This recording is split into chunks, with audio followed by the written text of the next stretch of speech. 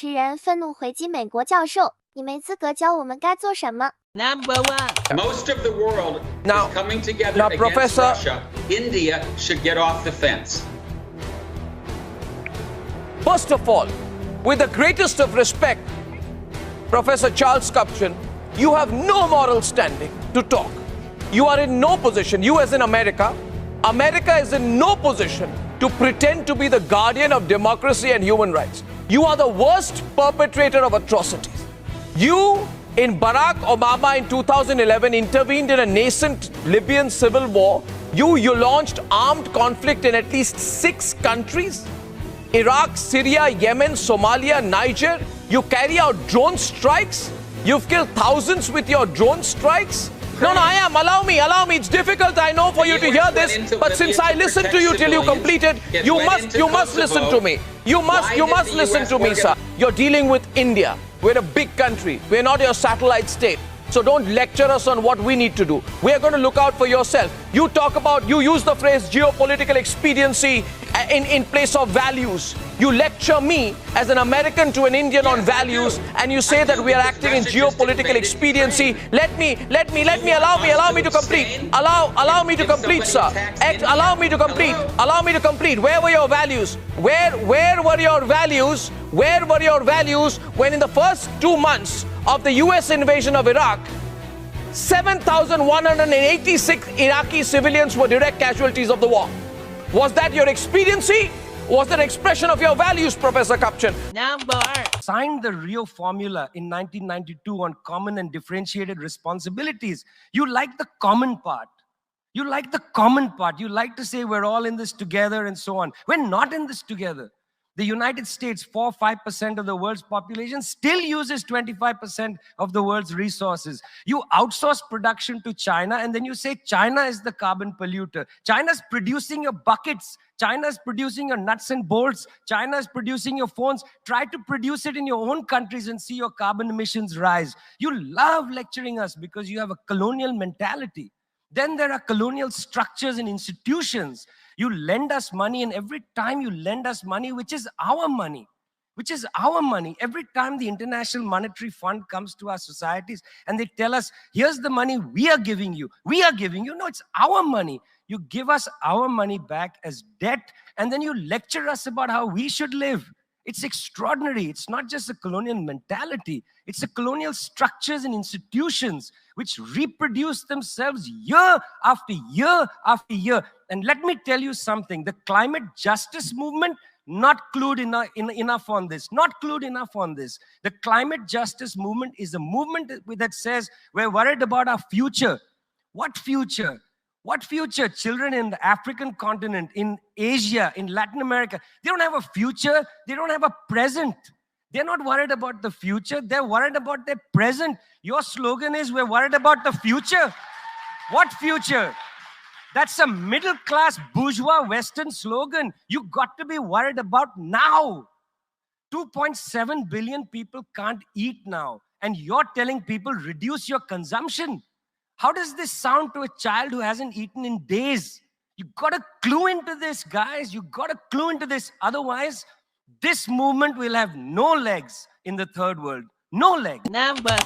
Corporate profits are the highest they've been in decades. The rich keep getting richer. And our friends on the other side said, what do we do now? Let's do a tax cut where 83% of it goes to the top 1% of the wealthiest people.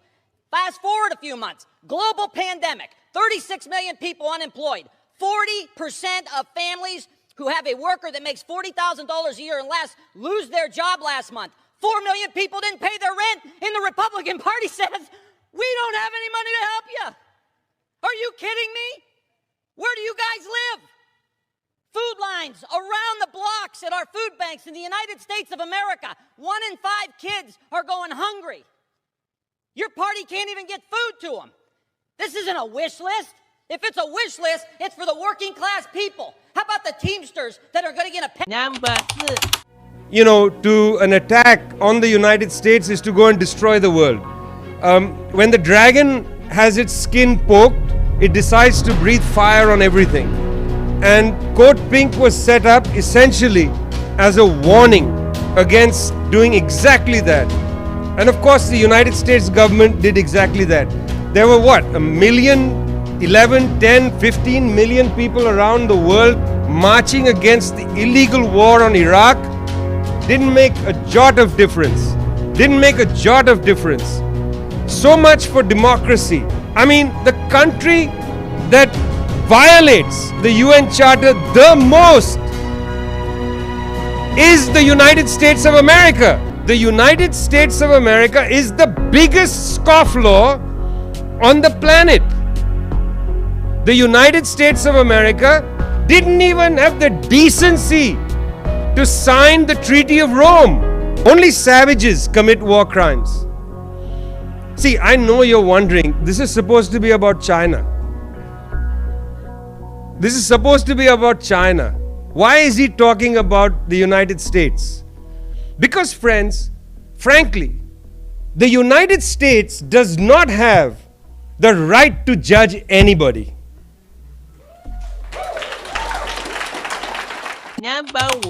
On the dark side of the moon. The Chinese don't know that we can't land a spaceship on the dark side of the moon. Do you think the Russians don't know that for the first time since John Glenn was sent up to orbit this planet, America cannot put a person into space without asking the Russians to do it? That we're not investing in the young generation of Americans? That we're willing to lose the race for artificial intelligence to the Chinese when China is rising? The China's GDP has quadrupled since 2001, tripled. Guess what? Every year, 120 million Chinese, right? I think it's more than the population in California. 120 million Chinese leave China freely as tourists. Amazingly, 120 million Chinese return to China freely. Now, if China was a communist, gulag, Stalinist state, would you go back to China? And so there's a complete misunderstanding of China. Clearly, while the political freedoms in China haven't increased, the personal freedoms of the Chinese people has exploded. Mm-hmm. And I can tell you, one of the questions that future historians will be very puzzled by is the judgments made by America on China. And I'll tell you why they'll be puzzled. The United States of America is about 240 years old. Chinese history, maybe 2,400 years old. In today's world, you have a society which is 240 years old, passing judgment on a society which is 2,400 years old, and at a time when China has had its best 30 years of history, the Americans are telling Chinese, you guys are not doing very well. Happened to Russia, you went overnight to a democracy. Guess what? The Russian economy imploded, life expectancy came down, infant mortality went up, the Russian people suffered, and the Chinese said, this is what happens when you have an instant democracy. Vastly. Yes. China's becoming the next superpower. Do you think in the future, can China replace the status of the United States? Can they replace the United States? Yeah. Oh, totally. Totally. Oh, the status? What makes you think that? Yeah. I just think that they're so far ahead of us technology-wise, it's crazy. Do you like China? I have nothing against them. Honestly, I have some Chinese friends, but I've never been to China, so I can't say I like the country, but I'm sure it's a beautiful country. I'd love to go there maybe one day. And do you think in the future can China replace the status of United States? I'd like to see better relations between them. Oh, that's the best answer, yeah. We like to see the peace more peaceful, right? Absolutely. Business-wise also, trade-wise. Obviously, the economy there must be booming, so... do you like the Chinese here or in your country? No, I don't have a problem with anybody in any country as long as they follow the rules of immigration for that country. 美国就是一个殖民地国家。不，现代的殖民地好不好？然后没有自己的文化底蕴，包括就怎么说？好沉重，我的天！我感觉普京在说话，跟普京的范儿一模一样。18岁的普京。上，普京跟特朗普的交流，他们是好朋友啊。你们的文化确实比较少，这个但是，就是由于这些殖民地所有的文化的结合，你们现在是当今世界第一大国。哎，你现在说话这个气势，特别像是当今就不是第一大国的气势。对，你要拿那个劲儿出来，气势出来给他。你们，我跟你说，他有一个问题，他只要一大声说话，有气势说话，就有东北口音。确实。哎，你试一下拿东北口音说，开始。你们那嘎的教育，还有你们的经济都是不错的，在这个世界上，就是美国这个曼哈顿嘛不 ，CBD 嘛，非常好。对，华尔街。哦，华尔街非常不错。但是我特别不喜欢你们，就是总在政治上，就是总去干涉一些别的人家国家的政事。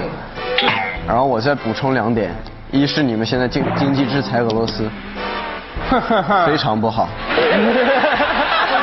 非常不好。第二，活该，帮菲律宾抢中国南海。我告诉你，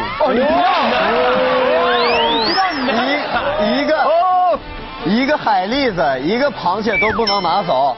中国加油！Number 9. In China. I'll say China. Yeah. Why? China has the potential. They've got the technology. They've got the elements. China is the technological future of the world, as well as Australia. Which country do you think will lead us into the future of tech? Probably China. China. Chinese and Finland. China. I would have to say China. Well, 前一段时间，就是每一个人，包括我自己，都真的觉得中国高科技就是一些 cheap stuff 嘛，就是比起 Apple 来说，就是一些更便宜的选择。但是现在呢，你在俄罗斯，你采访任何一个人，大家都不停的在说 ，OK， 中国就是未来，中国就是高科技嘛。你问他们哪一个国家的最代表高科技、最代表未来，大家都不停的在说中国肯定。Number 1. This world, actually, all think Chinese is number 1. When I came here, I was very surprised how technologically advanced it is. I think it's years ahead of Europe or any other place that I've been to. I think you guys use your phone for everything here, from paying to buying things online. It just blew me away how advanced it is. Yeah, so I didn't expect China to be that advanced. I mean, I'm telling you, it's years ahead of Europe. 我第一次来这中国是在高中的时候，没想到中国是那么大，有那么多的人。Yeah, China would be. I didn't expect it to be that much developed in some places, and also there are so many people. Everything still works.